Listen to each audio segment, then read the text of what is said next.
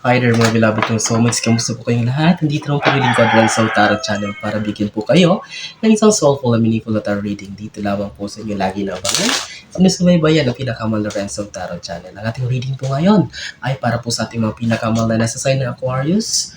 Aquarius, Sun, Moon, Rising, and Venus signs, this is for you.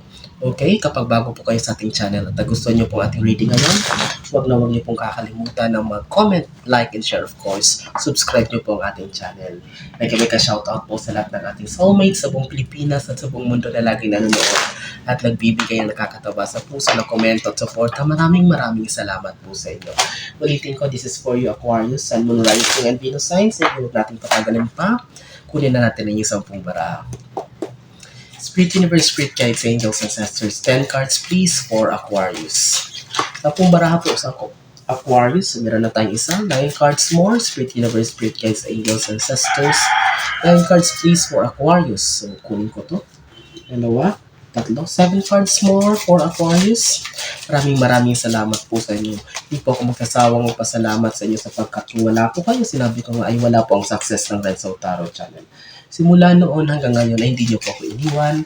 Hanggang ngayon lang po tayo muling nagbalik. Matagal na panahon na wala tayong upload but your response, your welcome is very overwhelming. So we have already 5 cards, Aquarius, Spirit Universe, Spirit Guides, Angels, Ancestors. 5 more cards please.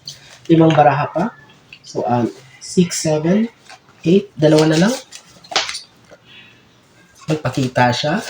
So kuha tayo ng medyo malinis talaga. Okay, ito 9 and 1. So we have 10 cards already, Aquarius. Huwag natin patagalin pa. Okay? So allow me to sip my coffee here. Ito nagpapalakas po sa atin. Ha? Okay. Aquarius, huwag natin patagalin pa. Oh! So we have here the Ace of Cups. Okay. Aquarius, this is a very beautiful opening card for you. So I can see here, Aquarius, now you will be regaining your confidence. This is a new chapter for you. This is a new life. Bagong Aquarius itong nakikita ko dito. So, blooming, blossoming, happy, contented. So, stable ang kapirahan, stable ang job. So, you have everything. So, but this Ace of Cups, I can see here also na may mga Aquarius na maaring magta-try na lumipat ng trabaho. So, this is everything something new. Huwag kayo lumipat ng lugar na titirahan or maybe, there's everything that is new because this Ace of Cups representing new or bago para sa iyo, Aquarius. Okay?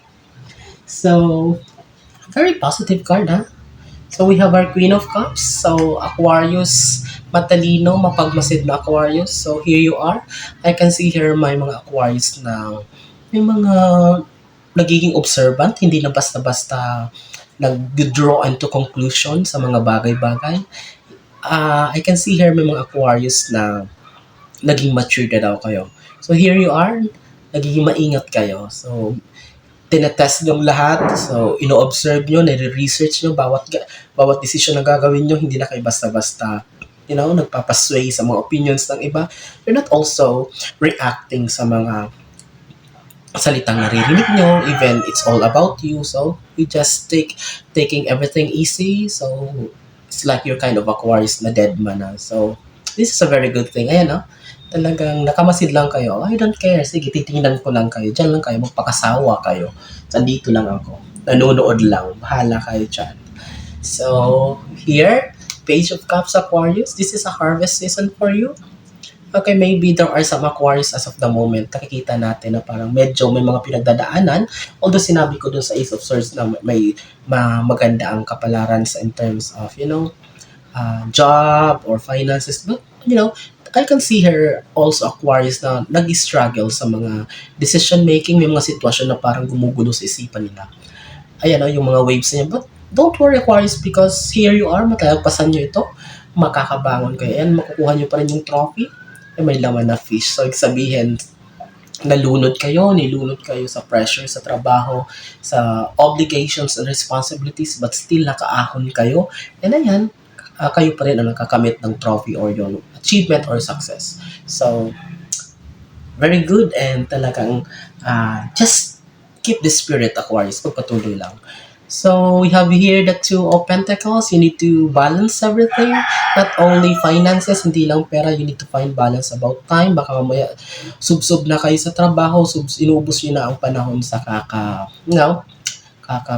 pagiging available also to other people. So you need to have your time to yourself. Okay? So, hindi exempted, Aquarius. Ang mga Aquarius sa mga troubled waters, sa may mga araw na medyo maalon. But, we just need to go with the flow and face it, face the reality. So, solusyonan, di ba? Lahat ng bagay may solusyon. But these Two of Pentacles, the universe is telling you, Aquarius, to take it easy, find your balance, your time, your energy. So, have sleep, have the complete time of sleep. Huwag masyadong i-drain ang energy sa subsob sa trabaho physically, baka maapektuhan yung health mo. So, mag-detach na muna sa crowd, sa social media, o kung ano man, you just need to focus on regaining your balance. So, finding your balance. Okay? So, Empress, ang gaganda naman talaga. I can see her, mga Aquarius, kasi Aquarius are good-looking people. Karamihan sa mga Aquarius na nakilala ko o na-read ko ay mga magaganda at gwapo. Mag-comment yung mga Aquarius dyan na magaganda. The Empress card, this Empress card, signifies that you're blooming, lalo na birthday nyo ngayon, ha? Birthday season nyo ngayon, happy birthday pala mga Aquarius. So, you're in a full bloom. Talagang you will be attracting the crowd. Hindi pwedeng hindi ka mapansin kapag dumating ka isang lugar na maraming tao, talagang magtitinginan sila sa'yo. So, this Empress card, pinapakita dito na talagang you will continue shining, Aquarius. It's like, konting galaw mo lang, talagang mapapalingon sa'yo ang lahat. So, may mga Aquarius na nagbago ng looks, ng dress code, may nagparitoke, nagpagupit, nagpapayat, so nag-gym, so whatsoever. It's all about self-improvement, your looks and how you present yourself. Okay, Aquarius ang popogi, ang gaganda. So, that's not a joke ha, sinasabi ko. So, tapos na tayo sa first row, sa first 5 cards mo. Let's continue sa, what is this? Second row. Okay, Aquarius. We have here the Seven of Swords. So, katapat sila ng Ace of Swords. Yung sinabi kong new Aquarius na yun, yung bago na yun sa Ace of Swords. And since magkatapat sila ng Seven of Swords, ikaw naman daw yung Aquarius na klase ng Aquarius ngayon na natuto ng lumayo sa mga sitwasyon, natuto ng mag-cut off, mag-burn bridges sa mga sitwasyon, relationship, friendship, or whatsoever na hindi na nakakatulong sa iyo, or it's not working for you anymore. It's not healthy. Parang puro ikaw lang ang bibigay, puro ikaw lang ang tumutulong, but in return parang naaabuso ka. Comment niya kayo. So, continue if you feel that it's for your own sake and wala ka namang kinakatakutan na you're not considering kung bahala ka kung ano sasabihin nila, but at least natulungan mo sila, then do it. Kailangan mo talagang lumayo kung para sa sarili mo to. Kung para ito sa ikabubuti ng buhay mo. Okay? Kailangan mong natural sa tao na mag-burn ng bridges, even relationship with family members. So, High Priestess, so magkatapat sila ng Queen of Cups, naging observant ka. So, heightened spirituality, expect Aquarius na makakakita ka ng mga angel numbers, patterns. So, mga 111, 1111, 555, don't be surprised. So, mga panaginip, magiging vivid, mga weird dreams, makakakita ka ng mga itim na ibon, white bird, so insects, something new for you. So that's the sign that the universe wants to communicate for you. Kapag makakita ka niyan, so have time to, go to your altar o kung ano man, mag-pray or whatsoever, kausapin ang iyong sarili. So the universe is communicating something about you. Okay? Sabihin yung mga kutob mo, yung mga hula mo, yung vision mo, parang yung mga Aquarius na mag-start rin na parang gamitin na rin ma-discover yung talent nila, yung skills nila sa spirituality. Magta-tarot reading, may psychic, or whatsoever. So, if you feel that dyan talaga yung path mo, then go for it. Okay? So, there's nothing wrong about that. So, yun, sinabi ko, don't be surprised, Aquarius, kung makakakita kayo ng mga signs, ng mga figures, mga animals, mga numbers. The universe wants to communicate for you. Okay? Maybe that's also your ancestors and the spirit guides, your angels, na it means that you are protected. That's why you don't need to worry. Okay? So, Aquarius, we have here the Knight of Swords. Okay? Alaban, walang uurungan ang klase Aquarius. hindi na basta-basta magpapaabuso, magpapamanipulate. So here you are, you're not considering, kumbaga, ibig sabihin nito talagang hindi ka na makikinig sa, it's like, hindi naman sa ayaw mo na makinig sa paliwanag, but what I'm saying here with this Knight of Swords is na talagang, kumbaga, i-claim mo kung talagang anong para sa'yo, kung anong klaseng ugali na meron ka. Ipapakita mo na hindi ka na magpapakeme-keme para talaga makikita na ng tao kung sino ako, anong klaseng tao ako. But, regardless whether you like it or not, tanggapin nyo man to hindi, but at least now, nagpakatotoo na ako. Okay, Aquarius? So, mag-comment nga kayo kapag naka-resonate kayo, ha? Of course, don't forget to like and share and subscribe. Oh, lumabas ang High Priestess as lumabas pa ang Hierophant. So, you have a lot of manifestations. Ang daming wishes, ang daming prayers na binabato sa Universe, Aquarius. So, magkatapat sila ng Two of Pentacles. So, the Universe is telling you na talagang urgent na. Talagang wag nang paabutan parang umaga, sunod na araw na para magpahinga ka. You need to find your balance talaga, Aquarius. Kasi parang sa nakikita natin dito, parang nade-drain mo na ang sarili mo sa kakatrabaho. Walang masama sa paghanap buhay, pag-ipon ng pera.